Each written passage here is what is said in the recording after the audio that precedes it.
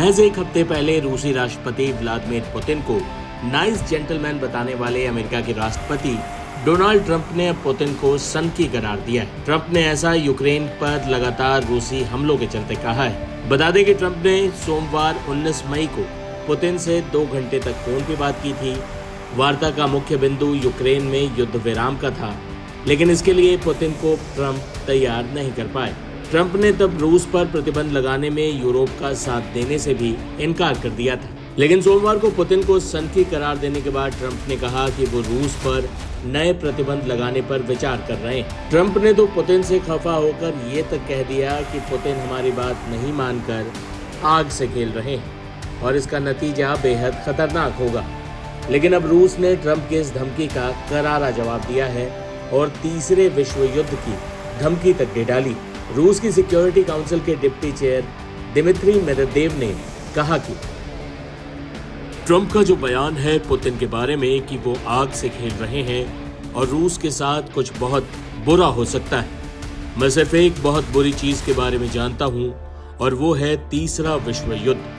मुझे उम्मीद है कि ट्रंप इस बात को समझते हैं। वही राष्ट्रपति पुतिन को सनकी बताए जाने की प्रतिक्रिया में रूस ने क्या कहा?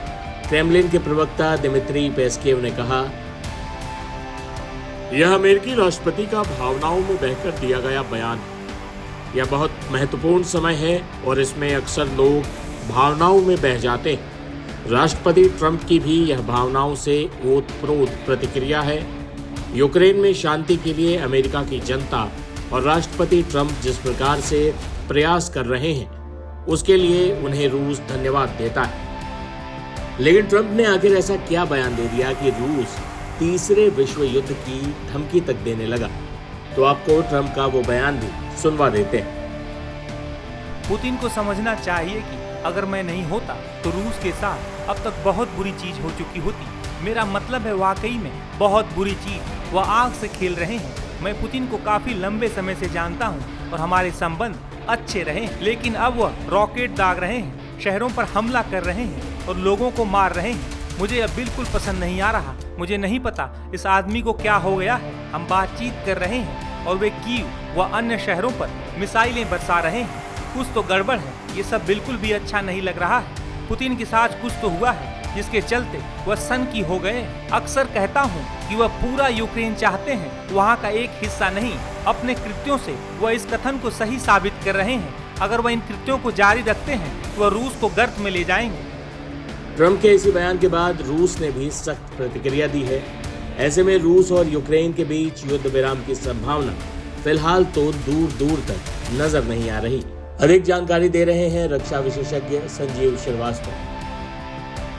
ये निसंदेह रशिया यूक्रेन युद्ध के संदर्भ में एक सकारात्मक घटनाक्रम है, सकारात्मक कदम है और इसी तरीके की अगर सद्बुद्धि, इसी तरीके का जो विजडम है, यदि दोनों पक्षों में प्रिवेल करता है तो जाहिर है कि इस युद्ध को इससे शांत कराने में, एक सीज फायर को और एक शांति प्रक्रिया को सफल बनाने में इससे निसंदेह मदद मिलेगी। और जो ऐसी रिपोर्ट्स हैं कि 307 युद्ध बंदियों को रशिया यूक्रेन ने स्वैप किया है, अदला बदली की है।